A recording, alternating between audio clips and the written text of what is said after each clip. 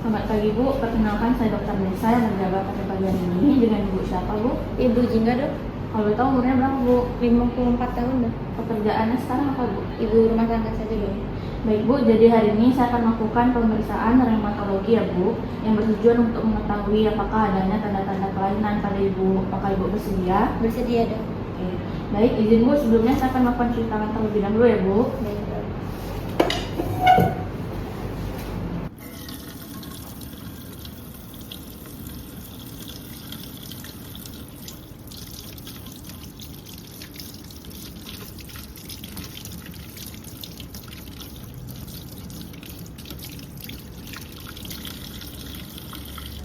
Baik Bu, boleh berdiri di samping bed Bu.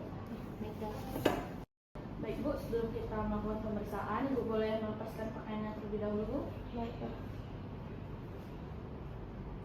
Silakan berdiri Bu.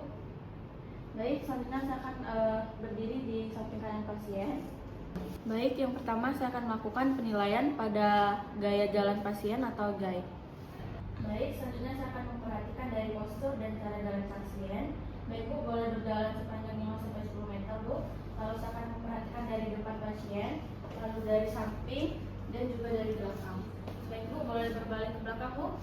Oke, saya akan melihat apakah adanya kelainan-kelainan gait, lalu spastic gait, dan antalgic gait.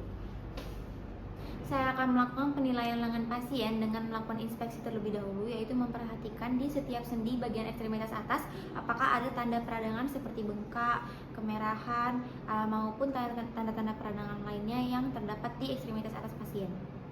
Boleh silakan duduk dulu Ibu. Boleh diluruskan tangannya seperti ini Ibu, saya ingin lihat tangan Ibu. Lalu saya akan melakukan inspeksi. Boleh Ibu di telapak tangannya sekarang menghadap ke atas Ibu. Baik Ibu, boleh diturunkan kembali Ibu.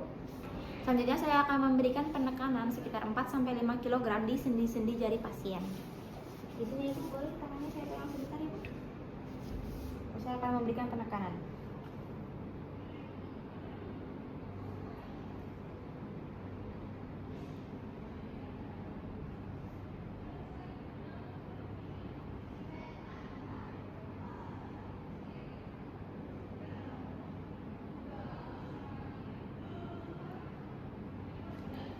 Baik, selanjutnya saya akan meminta pasien untuk meluruskan kedua tangannya dalam posisi supinasi, lalu ke posisi pronasi untuk melihat apakah ada nyeri saat pasien melakukan pergerakan tersebut, serta melihat pergerakan sendinya apakah ada yang menghambat atau tidak. Baik. Jadi Ibu, boleh Ibu silakan teruskan tangannya Ibu. Boleh Ibu gerakannya telapak tangannya yang menghadap ke atas Ibu. Lalu Ibu kembali lagi sini, ada nyeri Ibu? Tidak dok. Selanjutnya saya akan meminta pasien untuk menggenggam tangannya untuk menilai apakah kekuatan genggamannya masih kuat, lalu melihat apakah ada nyeri atau tidak, serta membandingkan genggamannya dengan kedua tangan saya untuk melihat apakah kekuatan genggamannya simetris atau tidak. Nah, ini Ibu boleh tangannya digenggam seperti ini Ibu. Digenggam seperti ini. Ada nyeri Ibu? Tidak. Masih kuat rasanya Bu? Masih. Untuk tangan yang sebelahnya boleh coba Bu. Baik, hanya coba Ibu jabat tangan saya Bu. Coba Ibu genggam erat-erat Bu. Ada nyeri Ibu? Baik. Tidak Bu. Baik, terima kasih Bu, boleh. Terima kasih. Baik, selanjutnya saya akan meminta pasien untuk memegang ujung-ujung jarinya dengan ibu jarinya untuk melihat apakah adanya nyeri atau tidak dan apakah bisa menyentuh sempurna untuk menilai pergerakannya. Baik Ibu boleh menyentuh ujung-ujung jarinya menggunakan ibu jari seperti ini. Apakah ada rasa nyeri atau keterbatasan saat bergerak Ibu? Tidak ada dok. Baik, selanjutnya saya akan meminta pasien untuk mengangkat tangannya ke atas dan ke belakang kepala. Lalu saya akan meminta pasien untuk melakukan peregangan sampai ke bahu. Baik, Ibu boleh tangannya seperti ini ke belakang kepala. Lalu diperegangkan sampai ke belakang Ibu. Apakah ada nyeri Ibu? Tidak ada dok.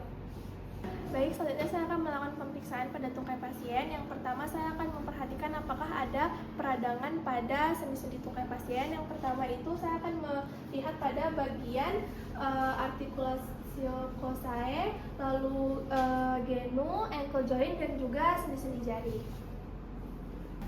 Selanjutnya saya akan melakukan penekanan ringan pada sendi-sendi tungkai tersebut untuk melihat apakah adanya nyeri tekan atau tidak. Yang pertama saya akan menekan pada artikulasi coxae, genu, ankle joint, dan juga jari-jari kaki. Apakah ada rasa nyeri, Ibu? Baik Ibu, Ibu boleh duduk di bed yang telah disediakan. Duduk seperti berbaring.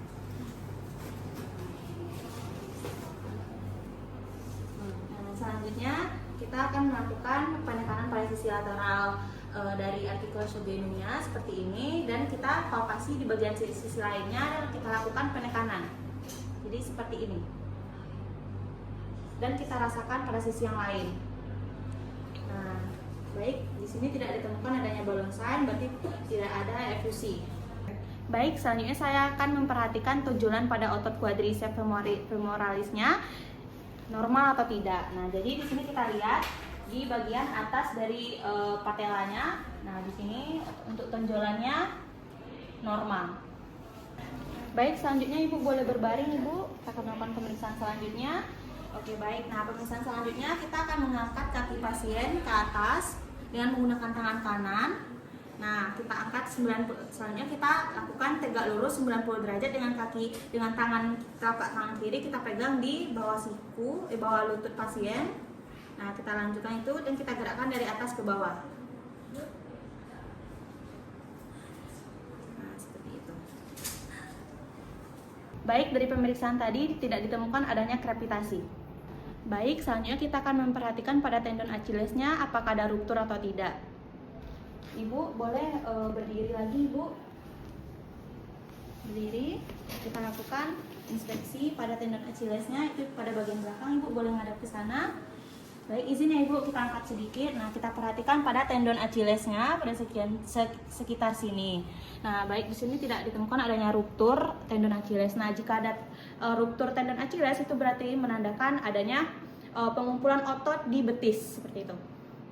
Baik, selanjutnya kita akan melakukan pemeriksaan metatarsofalangeal 1 untuk melihat apakah ada ciri-ciri artritis gout atau tidak. Boleh Ibu untuk duduk kembali. Lalu setelah itu izin ya Ibu, kita akan melihat pada bagian jempol kaki apakah terdapat ciri-ciri artritis gout seperti pembengkakan, kemerahan, ataupun ada deformitas, dan apakah ada nyeri, Ibu? Lalu kita bandingkan ke sisi satunya lagi, apakah ada pembengkakan atau tidak. Baik, pada pasien tidak ditemukan adanya pembengkakan, merah, ataupun adanya deformitas ataupun nyeri. Baik, selanjutnya kita akan melakukan pemeriksaan inspeksi pada bagian tulang belakang atau spine untuk melihat apakah ada kelainan seperti kifosis, lordosis, ataupun skoliosis. Baik, Ibu boleh untuk dibantu berdiri, boleh menghadap ke belakang. Oke, kita akan melihat pada bagian belakang pasien apakah terdapat tulang belakang kifosis, lordosis, ataupun skoliosis. Pada pasien dilihat tidak ada tampak kelainan. Baik, selanjutnya saya akan melakukan penilaian pada bagian ruas tulang belakang untuk mengetahui apakah ada bambu sign atau indikasi pada penyakit spondylitis ankylosa. Baik, caranya adalah kita akan meletakkan pada bagian prosesus spinosus dan juga lumbar, lalu minta pasien untuk bungkuk. Boleh dibungkukkan. Oke, lagi Ibu sampai menyentuh bagian kaki. Oke, boleh berdiri lagi.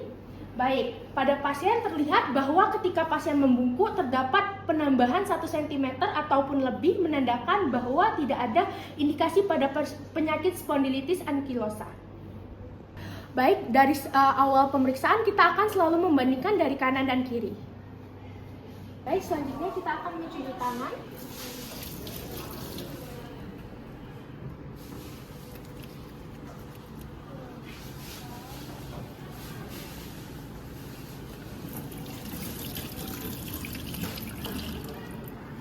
Baik Ibu, pemeriksaan sudah selesai. Dari pemeriksaan awal yang kita lakukan dari mulai guide atau cara berjalan, lalu pada bagian lengan, ekstremitas bawah dan juga pada bagian spine tidak ditemukan adanya kelainan. Oleh sebab itu sudah selesai kita lakukan pemeriksaan. Terima kasih sudah melakukan pemeriksaan pada pagi hari ini dan terima kasih.